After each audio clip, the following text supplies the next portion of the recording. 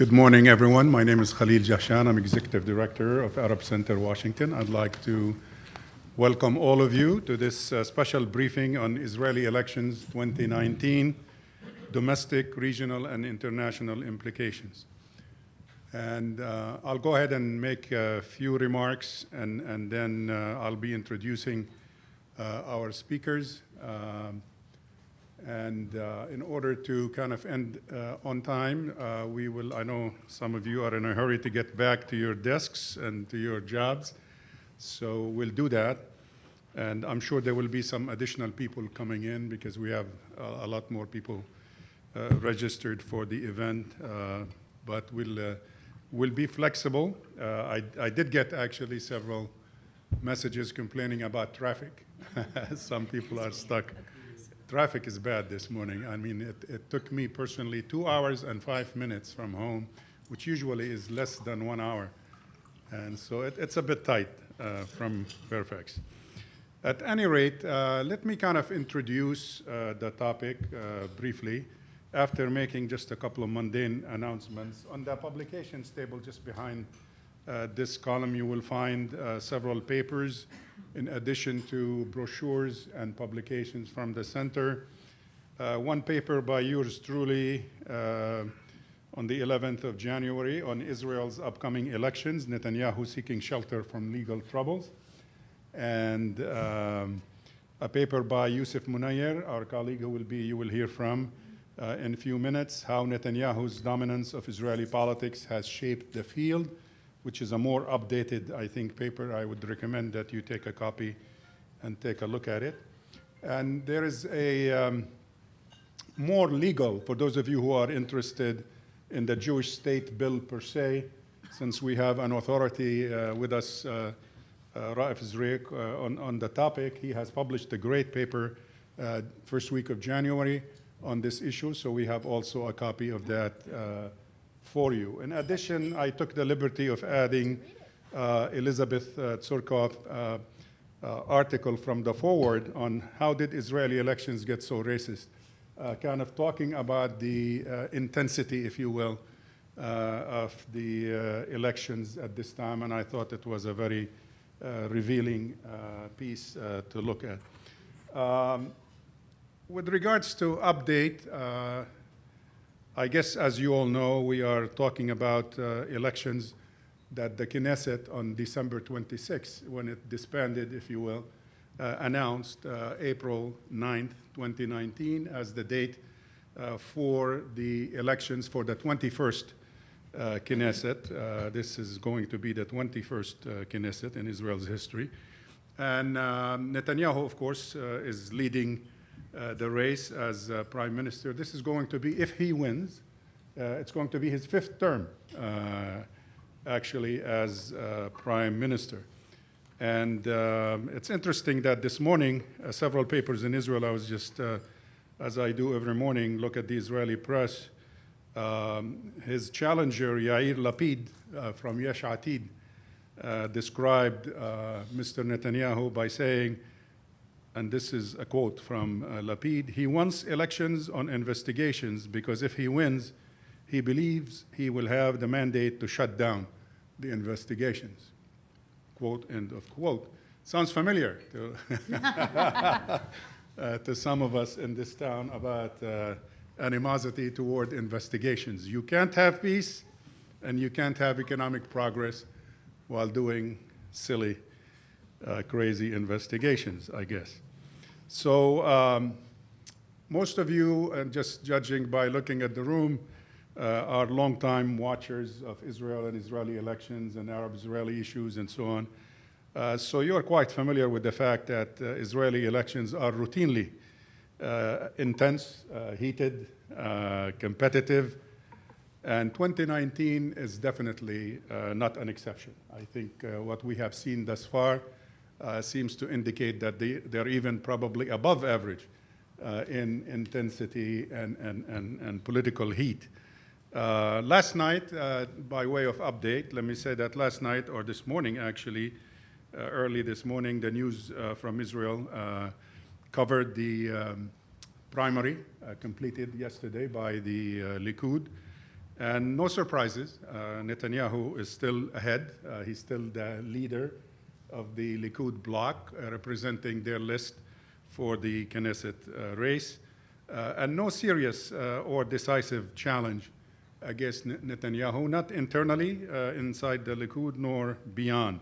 It looks, as of the numbers that I looked at this morning, it looks like even though his popularity is not necessarily something to write home about, but he's still the leading figure in these elections. The most recent public opinion poll published this morning by Haaretz, together with Dialogue polling, shows that in answer to the question, do you want Netanyahu as prime minister, shows that 47% of Israelis said no, 35% said yes, 18% said don't know. So it's the same damn 35% that we're used to in this country that keeps popping its head, whether here or there. I would say, again, by way of introduction, that there are four basic trends, I think, for us as analysts to watch over this campaign, the length of this campaign. One, the issue of, and I'm sure the speakers will mention that today, what Lapid was referring to, the investigation.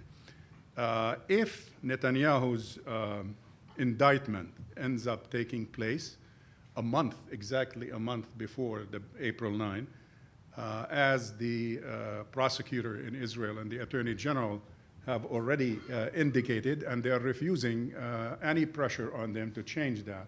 If indeed he's indicted, it behooves us today to discuss this issue of how would this pre-election indictment impact the electability of Mr. Teflon himself. Two, as Netanyahu is referred to quite often in Israeli politics as Mr. Security, to me it's interesting as a longtime student of Israeli politics as to, for the first time, the Prime Minister of Israel, Mr. Security himself, is being challenged this time on this issue, on this basis. People are trying to outdo him as Mr. Security. Of course, that doesn't necessarily bode well for the Palestinians because it ends up translating itself into who kills more Palestinians than the other. That's where the competition is. And some of you who are familiar with the videos in the election campaign that are being circulated in Israel, essentially that's what these videos are. I killed more Palestinians than the Prime Minister, so I should be your next Prime Minister. At least some of the serious competitors are voicing this perspective. Third is it's interesting to see a slight difference this time between the Likud and its leader, maybe because of his legal problems. It seems to me that Likud is a little bit more stable in terms of numbers and a little bit more popular than Netanyahu himself, which is kind of interesting because Netanyahu made a career. I mean, he didn't become prime minister 4 times without the logo, if you will, that he used before, that there is no future for the right without him. And that was convincing to many Israelis, and that's why he was elected repeatedly. And the fourth point is similar to Trump. Netanyahu claims also persecution, or that the elections are rigged in a way against him, and he particularly levels that accusation against the legal system, as the president here made it clear last night that this investigation is hampering his ability to govern. Mr. Netanyahu has basically made similar parallel, if you will, arguments. In terms of if we split the opinion poll in Israel this morning, according to different lists or different parties, as you know, Israelis do not run as individuals anymore. They tried it a couple times, didn't work well. So they went back, and this election is one of those, running as a list, a full list for the whole, basically 120 members Knesset. So it looks like Likud is still leading as of this morning. According to the polls, that Likud will probably get its 30 seats, at least 30 seats. The new party, the former chief of staff, Gantz, his new party is Chosen LeIsrael. is getting 22 seats, according to this poll.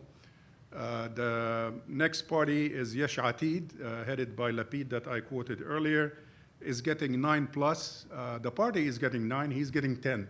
So it's kind of interesting to see the difference between the list and the leader of that list. The new right, Hayamina Khadash, which is a split. Most of these, I think Yousef in his paper makes that very clear. I'm sure he'll talk about that. Most of these people really are not really opposition. I mean, they're all Likud Junior.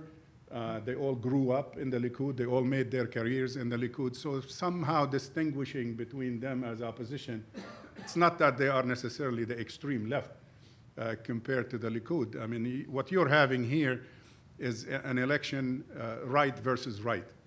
Not right in terms of correct, but right in terms of the political extreme right. The Arab list, unfortunately, and I will also invite the speakers to comment on that. The joint Arab list is split this time, maybe temporarily. And Ayman Audi in the survey today is given about 7 seats, while the rest of the ticket, Ta'al by Ahmed Tibi, led by Ahmed Tibi, is earmarked at 5+ seats. Both of them will end up getting 12 to 13 seats, probably 13 if they rejoin forces. But at this time, as of today, they are split. The rest of the parties are all kind of between 4, 5, and a couple of them 6 seats. So I would anticipate that a couple of the smaller parties might fall through the crack, might not make it. In other words, because as you well know, there is a threshold in Israeli elections. You have to make the equivalent of about 4 seats, 3.25 percent-wise of the vote. If you do not make that, you do not make it. So you lose your vote, and it goes to the next party or list in line. So chances are, I would say over the next few weeks, we might see this list change from 14 different parties or lists, maybe to 11, maybe to 12, where maybe new coalitions would emerge for survival purposes. In order to remain relevant for their constituencies, they might end up joining forces. In the program today, with there are detailed bios of the speakers, so I will not read all of that. We'll go ahead and move forward. But suffice to say, we have 3 great briefers for you today. We appreciate their willingness to join us for this briefing today. Between them, they have about 100 years of experience. They're not that old, okay? But there's between the 4 of us, it's probably 120 years of experience in dealing with Israeli-Arab issues, and particularly Palestinian issue. And what I did, in the invitation, actually, we kind of, to set the pace, we asked maybe 4 or 5 questions for them to tackle. So I'll repeat those at this time instead of going through the details. You can take a look at the bio as they speak, and I'll let you know the order in just a minute. The first question we advised our briefers to cover is, do the April 9th election signal the demise of Mr. Teflon, Bibi Netanyahu? Or is this just another return by Netanyahu to a 5th term as prime minister? 2, will the political center in Israel overcome its endemic divisions that prevented it from really emerging for long periods of time?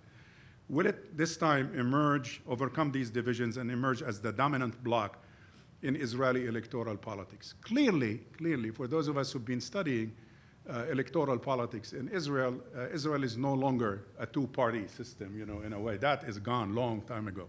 So there is no Labor versus Likud, right versus left. The center has been kind of filling the gap over the years. And is this election going to be decisive in this respect? Does the center look different this time, or is it more of the same? They will run, some will win, some will lose, and then they will kind of dissipate. 3, Are we witnessing the demise of the Labor Party? I mean, when I look at the survey this morning, frankly, to see Labor that governed Israel for so long, several decades, to see it under the leadership of Avi Gabai at mostly at five seats in the Knesset. This is unbelievable. I mean, I couldn't have imagined that or anticipated that, even if you paid me money 10 years ago or 15 years ago or 20 years ago. Is this the end of labor? And fourth, and I think very important to us as a center, because we tend to focus on these topics, how will these elections impact civil, human, and political rights of both Arabs and Jews in Israel, in light of what we perceive as a growing marginalization of progressive politics in Israel, and the split, specifically the split between the Arabs themselves in Israel? And finally, 5, will these elections make a difference as far as issues of war and peace in the region, particularly vis-a-vis the Palestine question? So with that said, I think we should go ahead and proceed. Each speaker will speak for about 12 to 15 minutes. I will moderate the panel. And after, your input would be appreciated in terms of questions to the speakers. What we'll do is once all three make their presentations, there are cards on your seats. Questions should be submitted in writing. Whenever you have a question or a comment, just raise your card. Staff will collect those, bring them up here, and I'll be more than glad to acknowledge all of you who do that. Please indicate your name, affiliation, and make it preferably a question, and make it as short as possible. And for those of you who went, again, I always keep saying that, who went to medical school, do not use the writing skills you learned there, so I can read your question. So with this said, I would like to turn the podium over to my colleague and friend, Yousef Munayyer, to start with his presentation. And he will be followed by Debra Shushan, and then Raef Zreik will conclude the third presentation. And then I will come back to the podium and we'll start the conversation in terms of the Q&A. Yousef.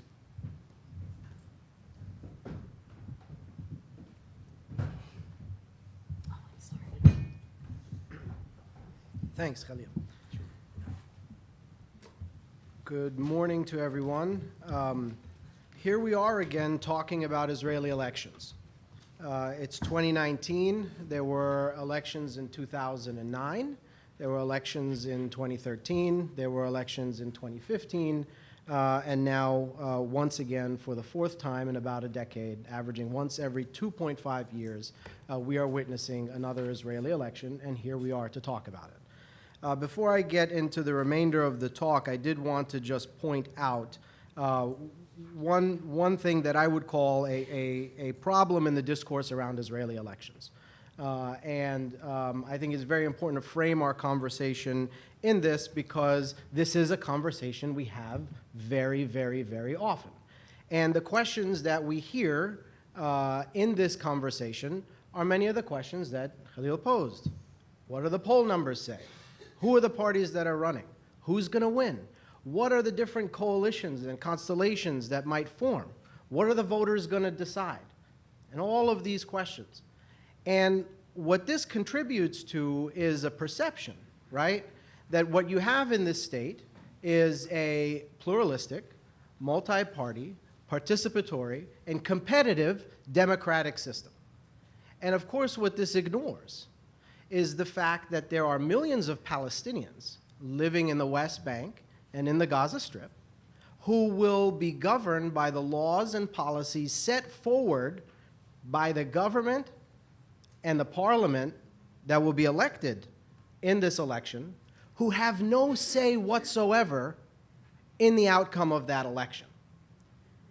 And I think this creates a very big problem for us in understanding what is the actual system that we see on the ground. And it is one that is unfortunately repeated very often in much of the discourse in democracy around the world. Just yesterday, for example, we had the release by Freedom House of their report on democracy around the world. And in Israel, they talk about how there's been a receding in democratic indicators, and they mostly point to the passage of the nation-state law, which I'm sure Raef will talk about at some point later today. But they look completely separately at the West Bank as if it is some sort of sovereign independent territory where there is a government there that can actually govern in the way that a state can. And of course, we know that that is not true. And we hear this often in the discourse, well, sure, yes, Israel, between the river and the sea, it's not exactly, there's some problems there. But when you only look at Israel inside the green line, well, then it's more like a democracy. I think there's a fundamental analytical problem with that because it ignores the reality on the ground. If we don't count the extra 30 pounds of weight around my waist, I could fit into size 30 jeans. But I'm not going to try to put those on now because that would be a joke. And so we need to think very seriously about the way in which the discourse around the elections leads to a misperception about what the reality on the ground is. So I want to begin with that comment. I would urge you to take a look at the paper that I have prepared for this conversation on Netanyahu's dominance in Israeli politics and how it has shaped the field in these elections. And one of the key points that I make is on the impact of what I call the Netanyahu-Likud tree in Israeli politics. And if you look at the competitors in the election today, and you look at their careers and how they came up in the political system, what you see is that all of them, for the most part, with the exception of perhaps the Joint List and Meretz, but the remainder of them owe their careers, their political careers, and the starts in their political careers in one way or another to Benjamin Netanyahu. And their connections to Benjamin Netanyahu have defined the ways in which they have been able to rise through the Israeli electoral system and political system. You take, for example, Avigdor Lieberman, who is, of all the competitors, been the one that has the longest standing relationship with Benjamin Netanyahu. Here's someone who actually started off working for Benjamin Netanyahu in his office.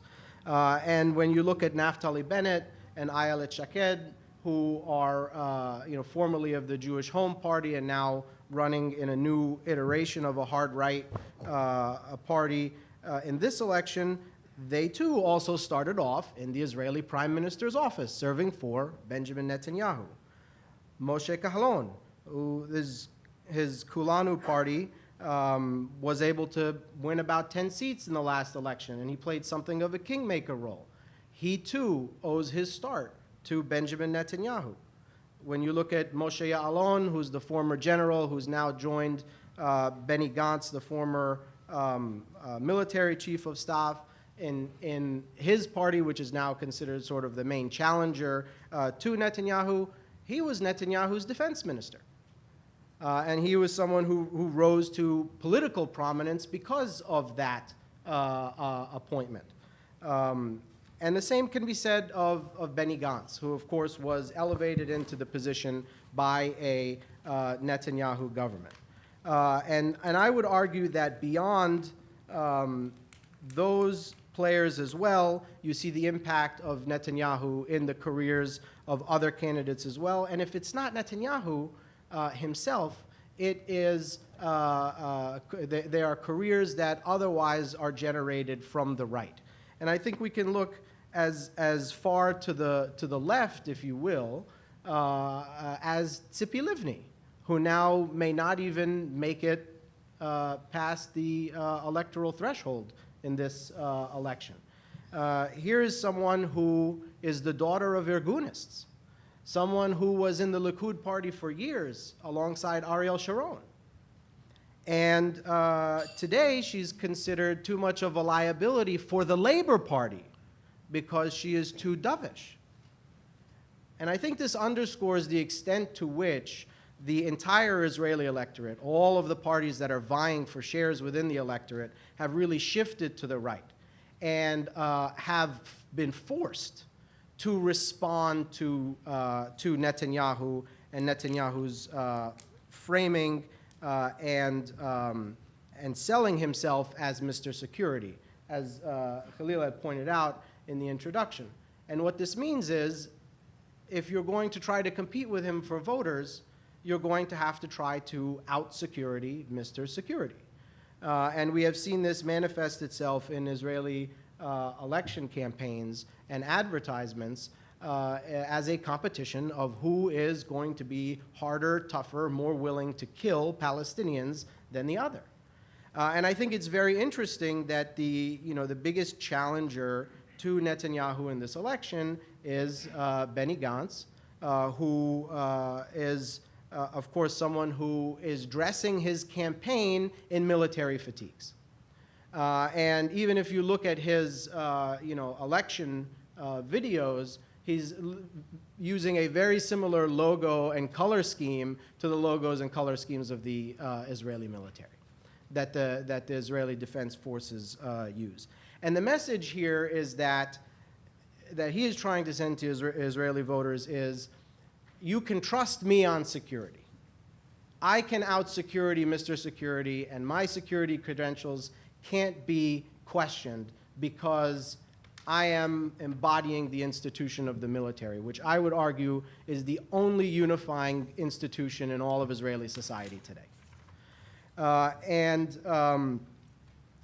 because of that, I think what we have seen is that even if through some strange series of events, whether it's through an indictment or a new constellation of competitors, even if Netanyahu manages to lose this election, Netanyahu's ideas or Netanyahuism will ultimately be the outcome of this election. Because all of these parties are seeking a mandate based on a response to Netanyahu himself. And I would point you to the words of Benny Gantz, who again is this central opposition figure to Netanyahu. What he says as far as his party's positions, and we haven't heard too much from him, but in the one speech that he did give kind of clarifying his positions, what he said is, we will never divide Jerusalem, we will strengthen the settlement blocks, and we will always maintain security control over the West Bank, and we will never relinquish the Jordan Valley. How does that differ from Netanyahu? It's Netanyahu with a different face. And I think this is really the defining characteristic of this Israeli election, is it is a referendum on Netanyahu, the politician, and not Netanyahuism. Netanyahuism has won in Israel, and it has completely taken over the political field with the exception of fringe challengers. Netanyahu, the politician, might be something of a liability because of his particular legal troubles. In 2015, I wrote an article ahead of the Israeli election, which was titled, "Netanyahu's Win is Good for Palestine." And I argued then that it was important for the world to see that the Israeli electorate was in fact supporting Netanyahu's ideas, because there should be a clarifying moment here to understand that this is not just about one particular person, but really about the embrace of the ideas that that person represents. And in this election, I honestly don't think it matters who wins. I think that clarifying moment now is there for everybody to see, because whatever emerges from this election is going to be a set of parties and ultimately a government that is unable to move away from the electoral promises that are responding to the right wing and Benjamin Netanyahu. So I will stop there, and I look forward to your questions later on. Thank you, Yousef. Our next briefer or speaker would be Debra Shushan, the Director of Policy and Government Relations at Americans for Peace Now. Debra?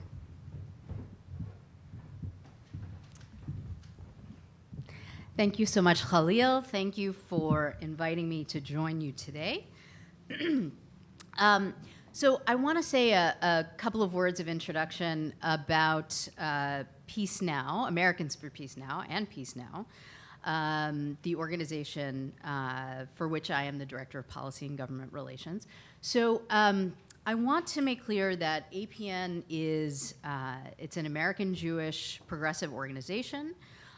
We are a pro-Israel organization in that we support Israel's right to exist as a homeland for the Jewish people and as a liberal democracy, both of which are incredibly important to us. We are the sister organization of Shalom Achshav, Peace Now, the Israeli peace movement. We support and work actively for a two-state solution to the Israeli-Palestinian conflict. We oppose the occupation. We oppose settlements as fundamentally incompatible with that two-state solution for which we work. And I want to mention as well that both Shalom Achshav and APN are nonpartisan organizations, so nothing that I say here today should be construed as an endorsement of any Israeli party, politician, or American for that matter. So having said that, my charge today, as given to me by Khalil, is to focus on the issue of civil liberties in Israel. And so what I'd like to do in that regard is begin by saying that Israeli elections are a showcase of the best and worst that democracy has to offer. We see there, as Khalil referred to as well, completely open and unhindered debate. And a lot of it is unsavory and makes me extremely uncomfortable. The piece that Khalil referenced by Elizabeth Surkov in the foreword is something that I too would recommend. And Elizabeth in that piece gives a deep analysis of some of, and she is not even able to get to all of, the racist campaign ads that this campaign has featured, particularly within the governing Likud party.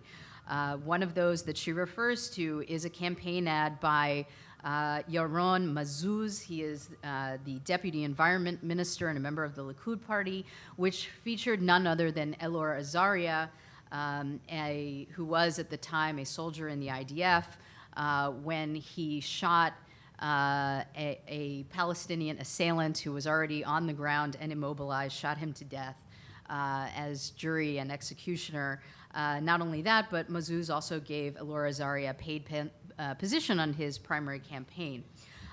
There is no doubt, as the previous speakers have pointed to, that there is so much in this campaign that fans bigotry, not only against Palestinians, although that is certainly true, but also against the left, against organizations like Shalom Achshav, our sister organization, human rights organizations, and of course against the media as well. As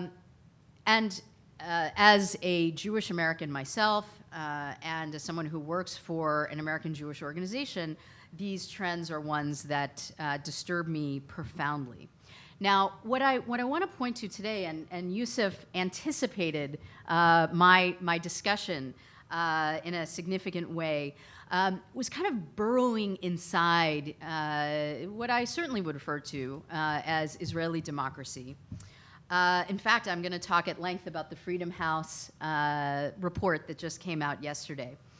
And let me just say a word about that in responding to what Yousef had to say. I take his point extremely seriously, certainly, about the conundrum in looking at Israel's democracy when Israel continues to rule over the West Bank to varying degrees, but still obviously controls the lives of Palestinians to a very significant extent, whether they live in areas A, B, or C. Then we also have, of course, the issue of Gaza, where Israel continues to control movement both in and out of that territory. And these are, of course, extremely problematic issues and ones which my organization works to resolve. Nonetheless, there is a difference between Israel, sovereign Israel, within the Green Line, The fact that even Davka, the current Israeli government, of the Likud party and its right-wing partners, has not annexed, even though, in fact, a colleague and I, Ori Nir, wrote what I think is an important paper on Israel's move toward annexation. I'm happy to recommend that to you because this is something that we're very alarmed about. Nonetheless, that government has not gone ahead and moved toward and officially annexed the West Bank. And so there is a utility in looking at Israel's democracy as it functions within the Green Line, recognizing and not ignoring, certainly, the occupation of the West Bank and the situation as well in Gaza. So having said that, what I'd like to do is look at two democracy indices, both the Freedom House Index, which I'll get to in a moment, and one that was released by the Economist Intelligence Unit, the EIU's Democracy Index.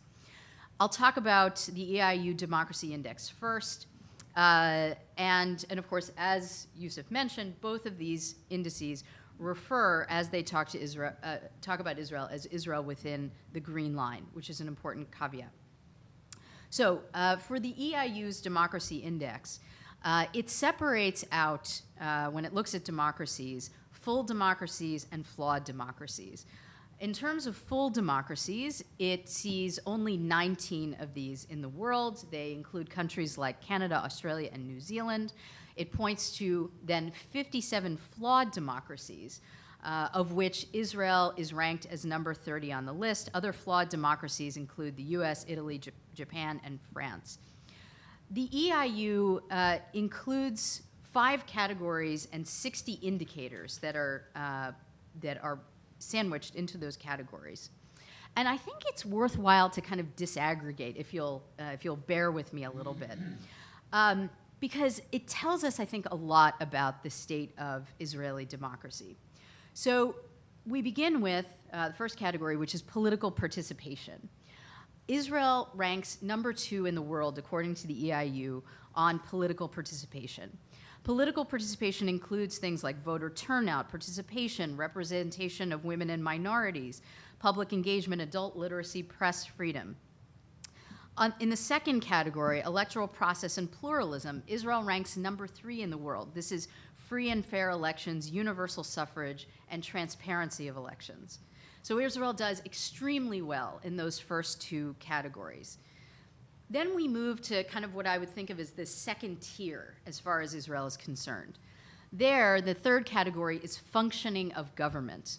We're talking about things here like checks and balances, the power of the legislature, corruption, hello Bibi Netanyahu, public confidence in government, which I can talk to at more length because that's significant.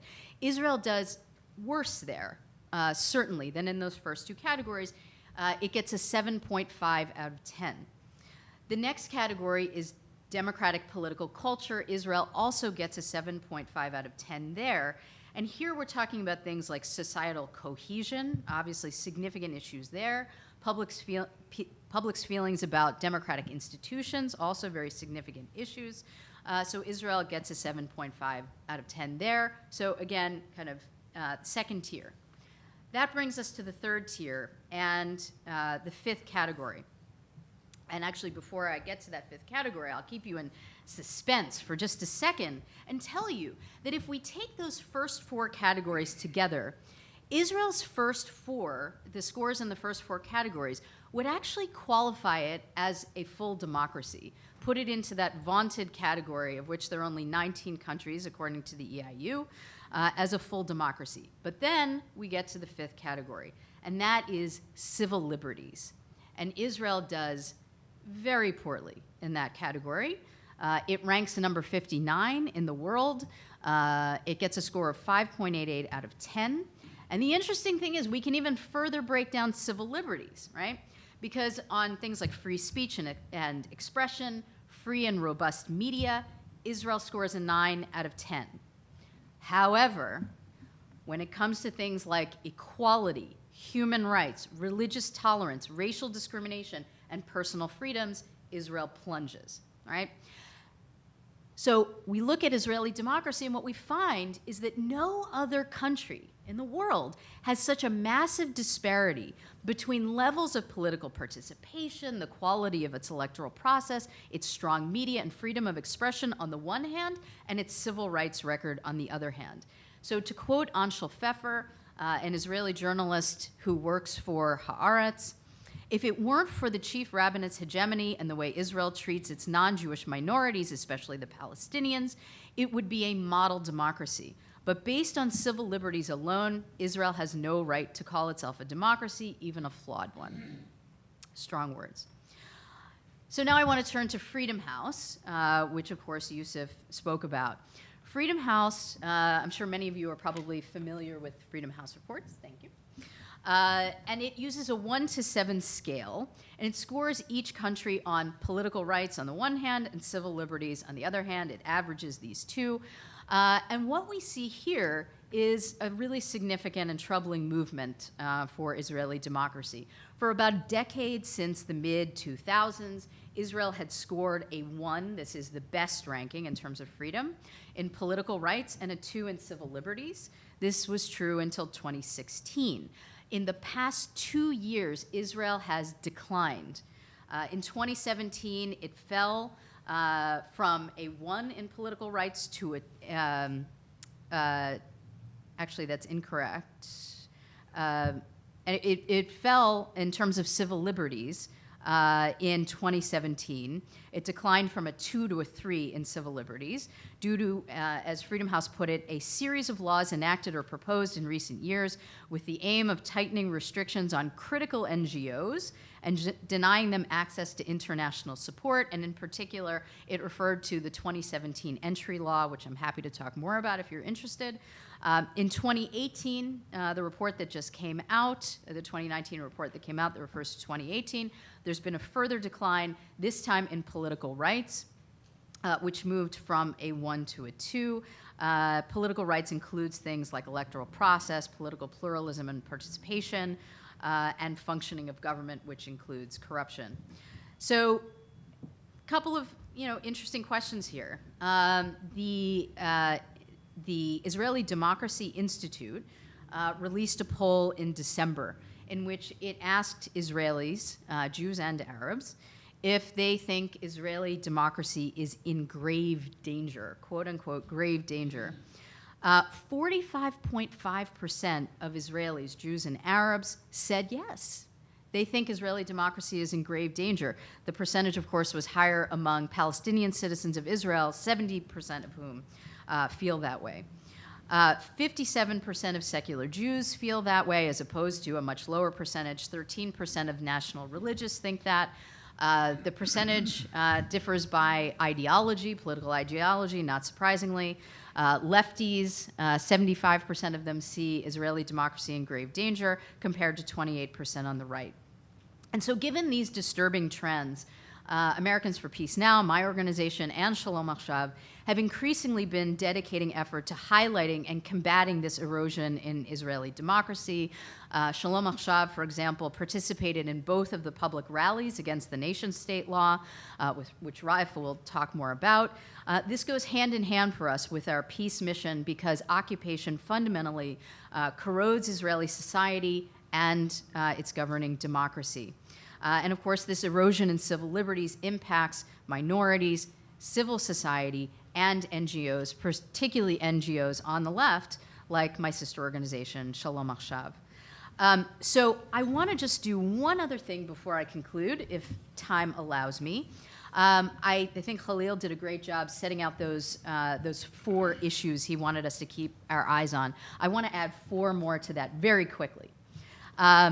Number 5, for me, is a combination of the personalization of Israeli politics and elections. Going hand in hand with that would be the decline of ideology and the decline of parties.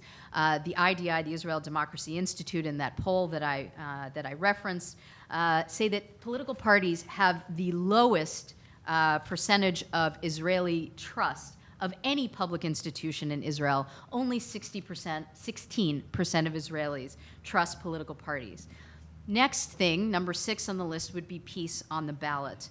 Obviously, it's very concerning to Shalom Achshav and to us that peace plays, compared to, of course, the issue of security, such a small role in these elections, and that's something that Shalom Achshav is very actively looking forward to elevating. Number 7 on that list would be, I think, the fact that we are, and we should be, starting to look toward the post-Netanyahu era. There were, in fact, I think, actually some surprises in the Likud primary that happened yesterday, which I would be happy to talk about. And as much as the point that Yousef made was well taken about Netanyahuism bearing out in these elections, I think we do also have to keep in mind that while I, in fact, would agree with your point, Yousef, that change is possible. I mean, we're looking at an Israel that was governed for 3 decades by a Labor Party that looked to have perpetual hegemony. Obviously, that changed. Well, Netanyahuism is not necessarily here forever, and inshallah, God willing, it won't be.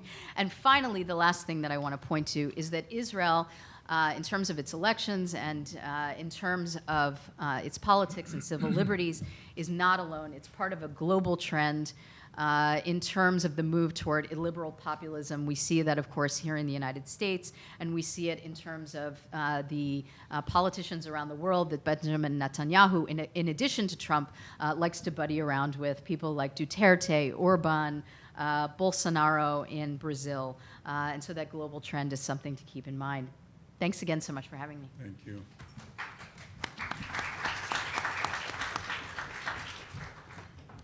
Our third briefer is Dr. Raef Zreik, who is a visiting scholar here at Georgetown Law School in Washington. And Raef is, of course, a Palestinian lawyer from the Galilee, and he is the academic co-director of the Minerva Humanities Center at Tel Aviv University, where he teaches law. Raef? Yeah.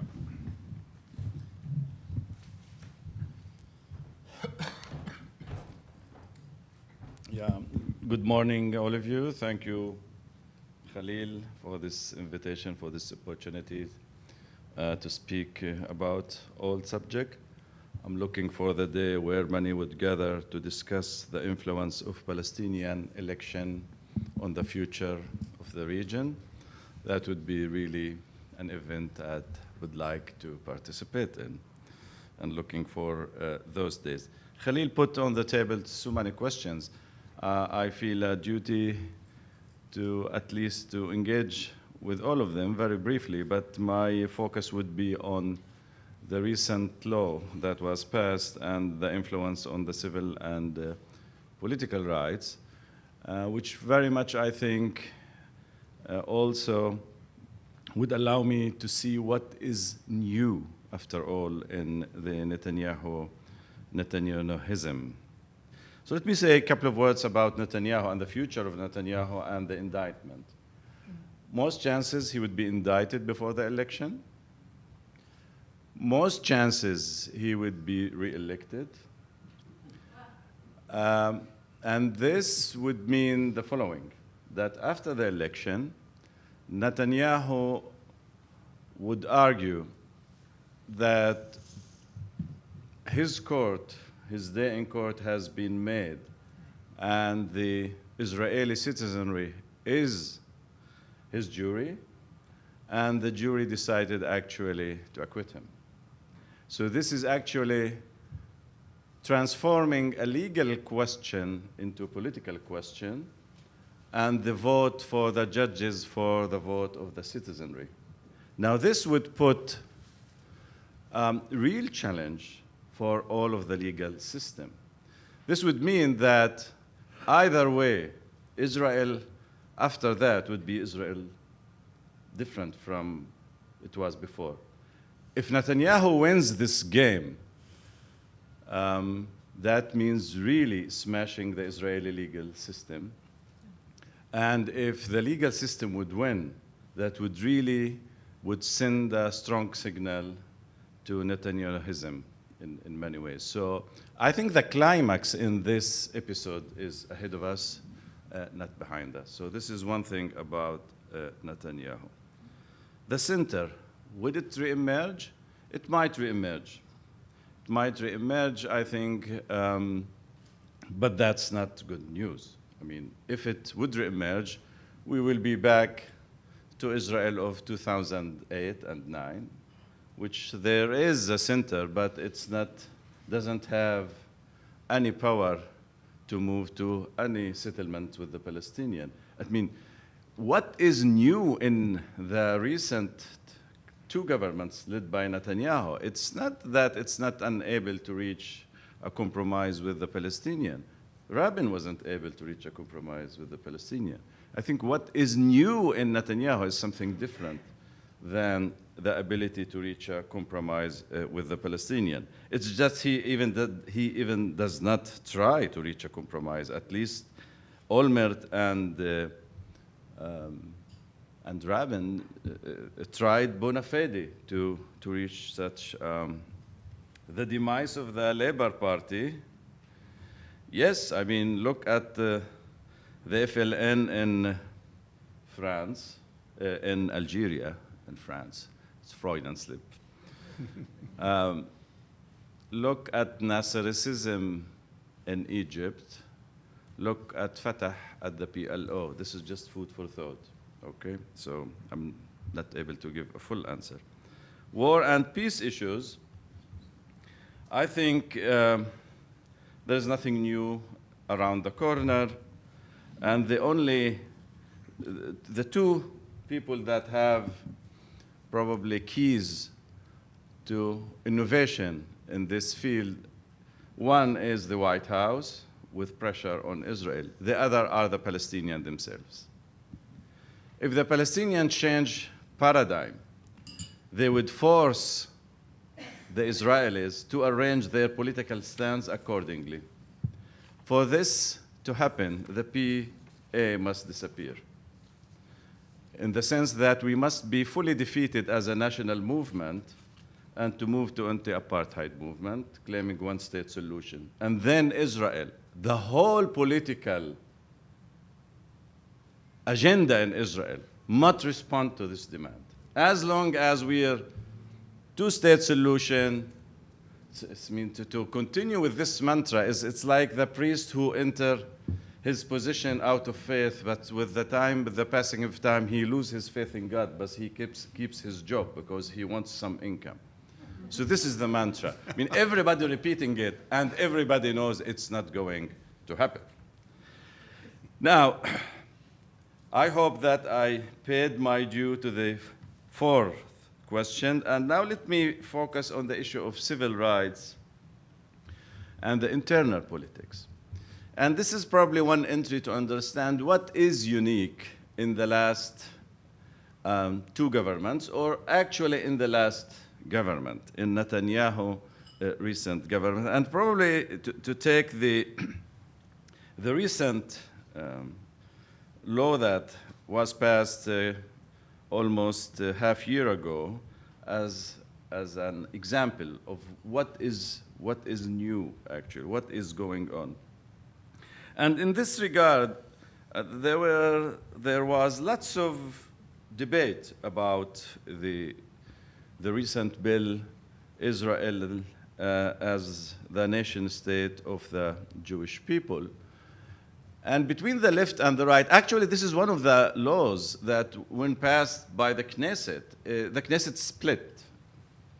The Knesset split in the sense that the law passed with only 62 members voting for and about 56 voting against. So actually the Knesset split. But it's interesting to ask, split as regard to what? Did it split on the ideological level? I mean, after all, what the law states has been stated and overstated and understated, because sometimes you don't need to state the obvious. You didn't to name a priori truth that are taken for granted because they are everywhere. You didn't need to pin them down. So was it ideological? I mean, Zionism, early on, from the start, was not a branch of the UN or a universal movement. Clearly, it was a movement for the Jewish people like every other national movement. It has settler colonial aspect to it, but the National Jewish Fund, it's not a fund that aimed to settle Palestinians or Russians or Dutch people. It's from the beginning, in its bylaws, it aims to buy land for the Jews in order to settle the Jews only. So from the start, the separation between Jews and non-Jews were in settlements, in health system, in insurance, in transportation, in everything.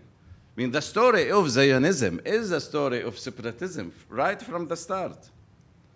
And if you read the Declaration of Independence, almost, I wouldn't say everything, almost everything in the new bill appears already in the Declaration of Independence. That the land of Israel is the birthplace of the Jewish people, it's already there. That the negation of exile, the gathering of exile is the mantra of Zionism, it is there. The redemption of land, I mean, all of those myths, the organizing myths of Zionism, they have always been there. And how would you call 20 years of military regime over Palestinian citizens of Israel? Isn't that separatism? And how would you call the fact that 500 settlements that were built since the establishment of the states, all of them were for the Jews? Not even one new settlement for Palestinian. And what would you call settlements in the West Bank that are clearly only for Jews? So everything was split into two. The whole economy, industry is split into two. So in what sense there is newness, something new in the law? So when the right wings say to the left, look, actually we are constitutionalizing what has already been there, in some sense that is true. But when the left actually criticize the bill, it has its point. It has some valid point. There is something new still in the bill. One thing new, there's difference between making political arrangements and putting them into the Constitution, not only putting them into the Constitution, but making them the organizing principle of the Constitution. It's not the Constitution. There's some difference between the constitutional clauses and the constitutional moment, sort of the organizing, the Grundnorm of the Constitution. It's that principle that upon which the constitutional clauses are based. So this is the constitutional identity of the state. This is the invisible hand that organizes the normative sphere. This is the idea according to which everything must be interpreted, and according to its light, everything must be seen. So to put it as a constitutional organizing principle, that's something new. But there are other three aspects. I don't want to go through the articles of the new law. I want to speak generally about what is. One thing is that there's a difference to speak about separation in 1948 when the state is established, and to speak about separation, okay. You asked too many questions. I mean, I'm just obeying your order.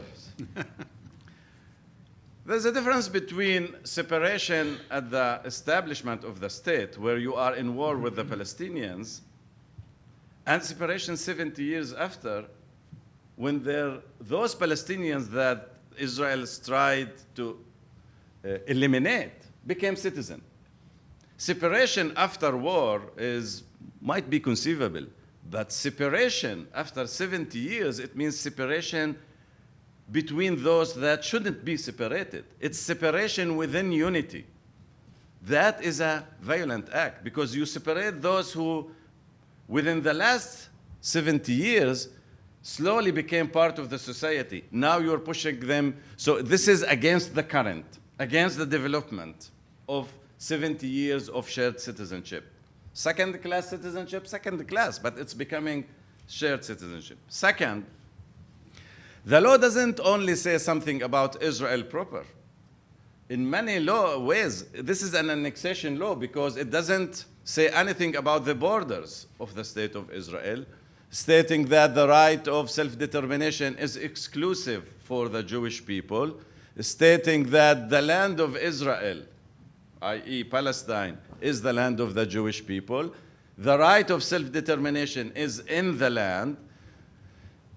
Implied into that is the denial of the Palestinian right for self-determination also in the occupied territories. So, to say that in 1948 is one thing. To say that 100 years after, and after the Oslo, after the conversation on the two-state solution, it's different. It means that you're closing the door on any possibility of reaching a compromise with the Palestinian. Now, the last thing in the law, and probably I will finish by that, and this probably gets the sense of what is unique in the recent government. I think what's unique in the recent government, added to the first two things, is its fierce attack on Zionist, i.e. also Israeli institution, on statehood per se, as if they want to say the revolution is never over. It's as if the creator, the Zionist movement, shows distrust in its own creation, i.e. the state of Israel. So the fever or the energy of the revolution undermine the institution. So it's distrust in the legal system, it's distrust in journalism, it's distrust in the academia, and all other institutions, actually, that allow the heat of the revolution to become institutionalized in cold, regulated institution. So this is a populism that wants to elevate itself beyond the law that it has created by its own hands. Now, this is something new. This is something new, and this is really dangerous, and I think it could be attributed to a general and wide phenomena in the rest of the world, but it has its own reasons, actually, in Israel. Why I'm confident about that? Because I wrote about it 20 years ago. That Israel, the revolution in Israel is never over, and that we're witnessing, actually, the beginning. I recognize this moment as the moment of the killing of Rabin. The killing of Rabin, and it's a promise, I will finish with this. Rabin assassination was basically a declaration that the revolution is never over. It's the Oedipus complex revisited, actually. It's not that the son that wants to kill the father. It's the father that wants to kill the son. The Zionist revolution, with its energy, never ready to recognize the end products of itself, the state of Israel.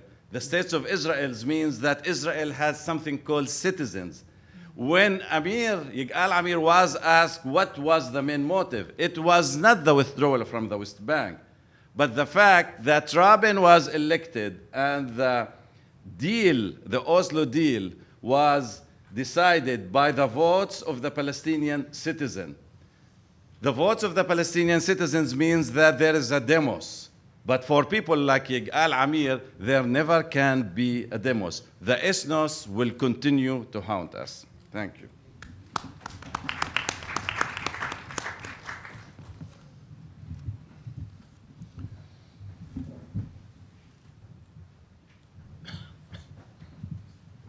Thank you to all three panelists for their excellent presentations and staying within the time frame, generally speaking.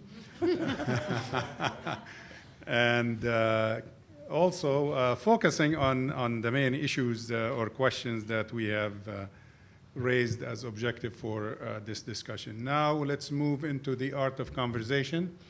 And Yaniv Cohen. Only the Labour Party, Likud, and Meretz hold democratic primaries to determine their lists for the Knesset. Is this practice losing ground in Israeli politics? And what does this tell about Israeli elections? Who wants to tackle this one? Yousef, you want to? Either or. You know, Yeah. as I laid out in my comments, I'm not sure that the method of the primaries are the main driver of the problems that we see here. I really think it is about this dominance of one political figure and one political ideology.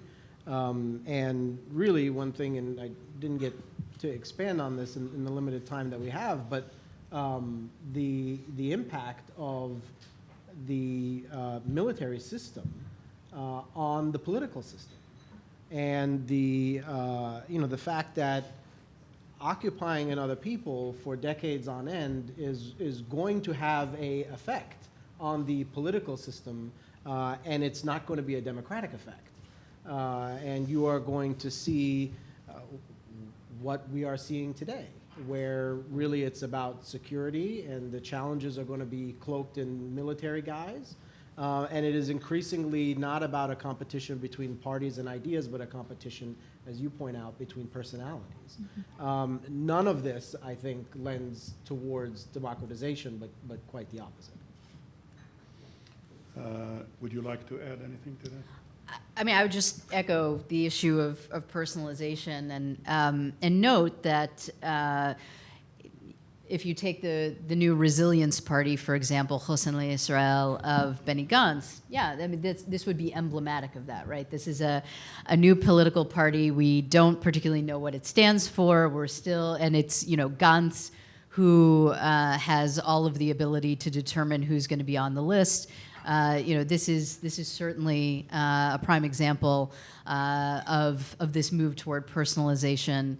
I do think that the primaries, in particular the Likud primary, which we've talked a little bit about and happened yesterday, is a really, I'm pivoting a little bit here because I think it is a really interesting in terms of some of the results that we see. So I do think that there's some evidence, as Haaretz wrote about today, that we see a little bit, some indication of a palace coup within the Likud party. A couple of the figures that Bibi had actually pointed to as disloyal to him, who, for example, Yuli Edelstein, Gidon Sar, who he had attacked in the primary process, actually did very well.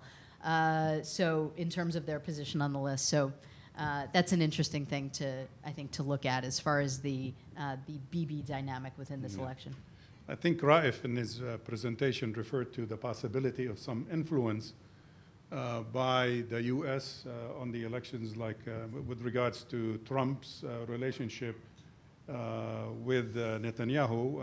And I guess the newspapers this morning, both here and Israel, referred to the fact that Trump did take to Instagram last night and express support maybe for the poster of him and Netanyahu more than to actually to Netanyahu. He just liked his picture, larger than life, not just in Jerusalem and Tel Aviv and everywhere. Of course, the White House quickly this morning denied that this is a statement of support for any candidate in Israel. It was just Trump and Instagram, I guess. What can we say?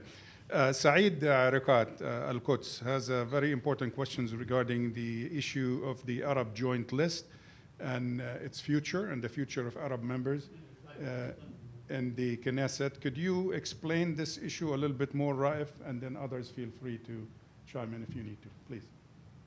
In how many words? 2 minutes. I think the future of the Arab list is its past. I mean, this is the shortest answer. In what sense? No, go ahead. That's its future. I mean, speaking realistically, I think there would be 2 lists running to the election for many reasons. I think the joint list failed in many ways to turn to become more than just a list and becoming sort of more like an organization that can lead the Palestinian as an organized minority. As a political force with a political agenda. Yeah. And so it remained simply an ad hoc organization or platform that can bring the parties together, but lots of conflicts, personal conflicts between the Knesset members that hinder its development to a more actually. Now, I probably would be surprised and probably they would go together, but that's not really a big or thrilling news, I think, for me, because it means that they are hiding their controversies, their conflicts, their differences, and this would be simply an arrangement that it doesn't smell good. Okay, we have a question from anybody else? Sorry. A question from, Can go I ahead. just add one thing about the joint list that I think is often missed, and I agree with you, Raef, about the prognosis. I think it's important to remember that these are parties that are caught really between a rock and a hard place. And because of the changes recently in an electoral law, which was really about trying to eliminate them from the political scene and raising the threshold, the electoral threshold necessary to get seats in the Knesset through the elections, what this meant was that the many different Arab parties had to unite together so that they could have any presence. And separated in different factions, they may not have 3 seats each, they may have no seats each. So really the question confronting Palestinian citizens of Israel was, do we unite in a way that dilutes our differences and the differences that are important to us ideologically to maintain a presence within the Knesset? Or do we maintain those differences and risk not being present whatsoever in the Knesset? And the resulting problem from the path that they chose is that there's a real question if you cannot have a unified force and a clear program, what does your presence there really mean? And what is your presence there really for? And I think there are a lot of party activists who are increasingly questioning this strategy. And the other thing that I think is important, and we see it in a lot of the polling, the joint list actually has a huge outsized impact on what is possible in an election outcome. And the reason for that is because people look at the Knesset, they think, okay, there's 120 seats, and this is really a contest for 61. But in reality, it's a contest between Zionist parties 261 from about 110 seats, not 120 seats. Because the joint list is not going to partner with any Zionist parties, and the Zionist parties are not going to partner with the joint list.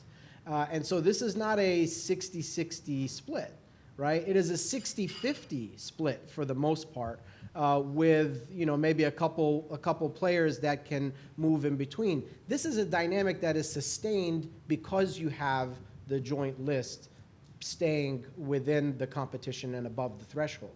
If they were to not be there, it opens up, I think, different possibilities. And so I think there's a lot of tension now internally, and I'm sure you may hear a lot of this within the parties about what is the point, and it's important to have a unified view of what is the point of competing in the way that they do. No, I think this summarizes my understanding from the debate taking place within the Palestinian community in Israel is what's the point?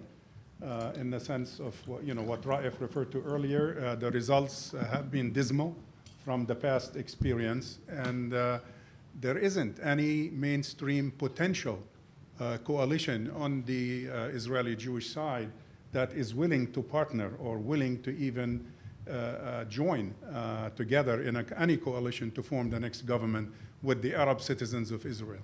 So there is that limited kind of democracy that was referred to earlier. Muhammad Awais basically is asking, what is the significance of elections, democratic elections in Israel, when it means nothing in terms of occupation or in the context of existing occupation? I don't think it means nothing in terms of occupation. I think that I mean, certainly I would prefer greatly if the issue of occupation, of the issue of peace, were a lot more prominent in this election, and it isn't. But obviously, in the past, we have seen that elections in Israel have had consequences in terms of the positions that governments have taken regarding negotiations with the Palestinians. And so I don't agree with the premise of the question. But I'm still a refugee, even though the Labour were in power, the left was in power, the right is in power. They're still occupying the land, and there are 5 million of us who are refugees.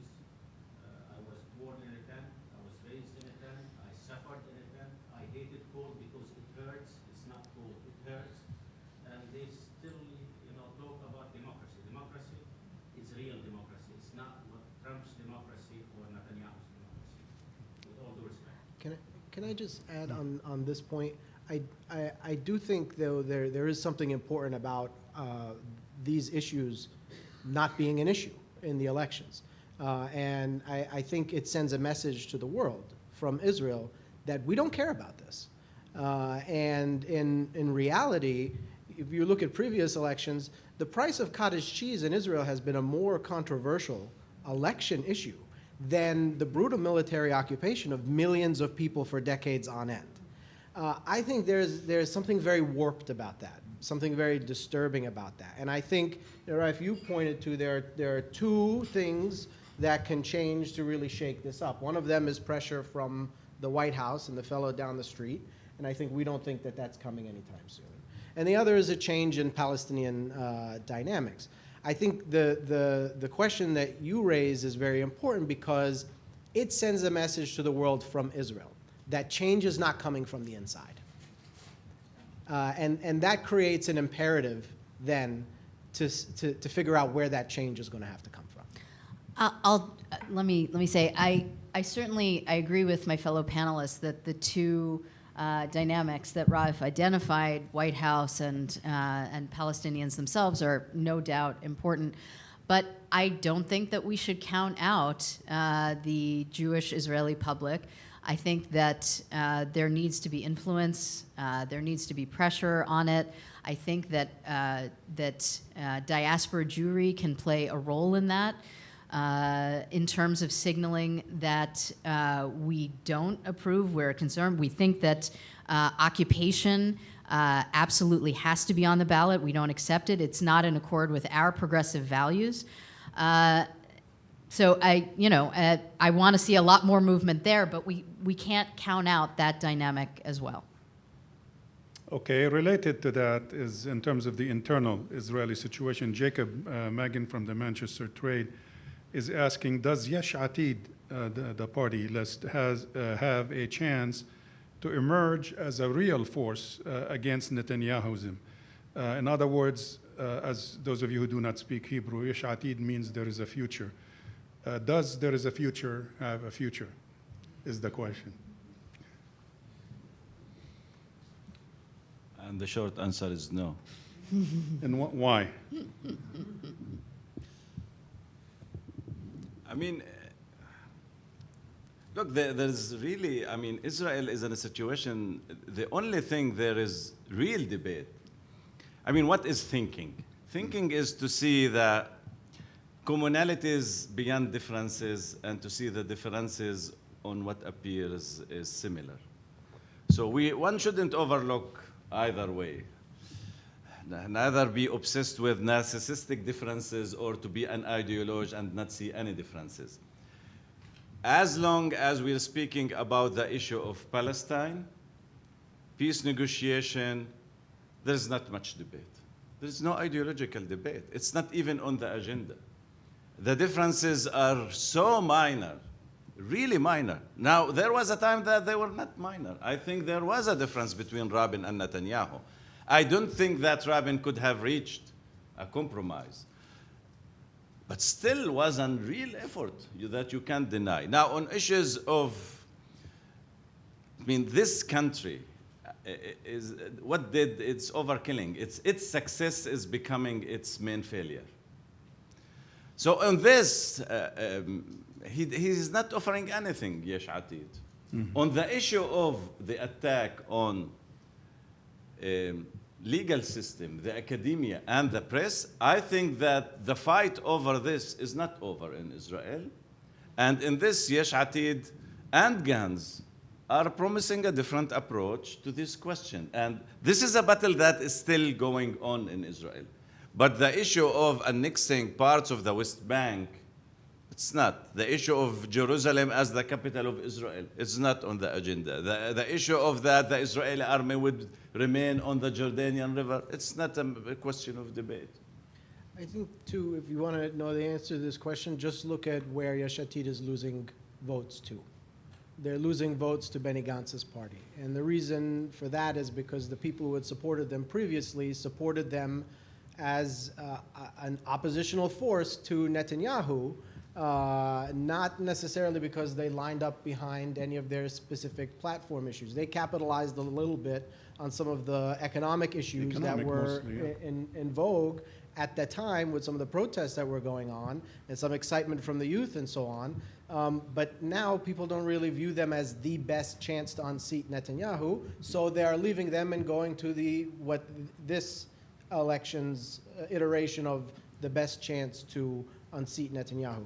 You know, I think the really important thing about Netanyahu and the Likud, and the reason you started off reading some of the poll numbers, Khalil, that there's a 35%, right? Well, 35% with 10 or 12 parties is plenty. And what the Likud party has done, and we talked about labor, you know, almost not being on the map anymore.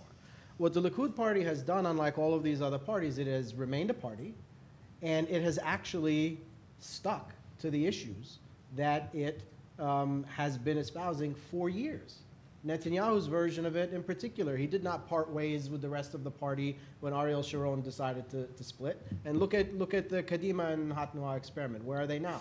They're not even above the threshold, right? People have brand loyalty. And when they are given Netanyahu Light, Netanyahu Extra, Netanyahu Ultra, Diet Netanyahu, what they opt for is the original flavor because they're familiar with it. It's always been there for them, and it's always been the same. All right. We have one more question in a couple of minutes left. Yuri Sigov, Business People magazine, is asking, are there any similarities between the arguments that in terms of the success of the wall? Some people in the administration keep asking about building a wall here to kind of solve the immigration, if you will, problem in this country, and some people support them, some people do not. But they keep referring to the Israeli successful experience. Is there really something, I mean, successful experience in Israel? Is it the same? I mean, the wall in Israel is not necessarily the same concept as the wall that President Trump keeps talking about. Would anybody care to comment on this one? It's not related to our topic on the elections. But I do think the important issue here is not about the specifics of a wall and how it works and all of that. The reason you are hearing that from this administration is because Israel serves as a very effective communicating device to a white evangelical base here in the United States that the president needs to control, you know, his base and his ability to stay in power and, you know, have that support despite the challenges that he is facing. So Israel becomes sort of this proxy for legitimacy with a very specific constituency that the administration needs. With that, that concludes our briefing today. Thank you for being here. Special thanks to all three panelists for great contribution. Please join me in thanking them.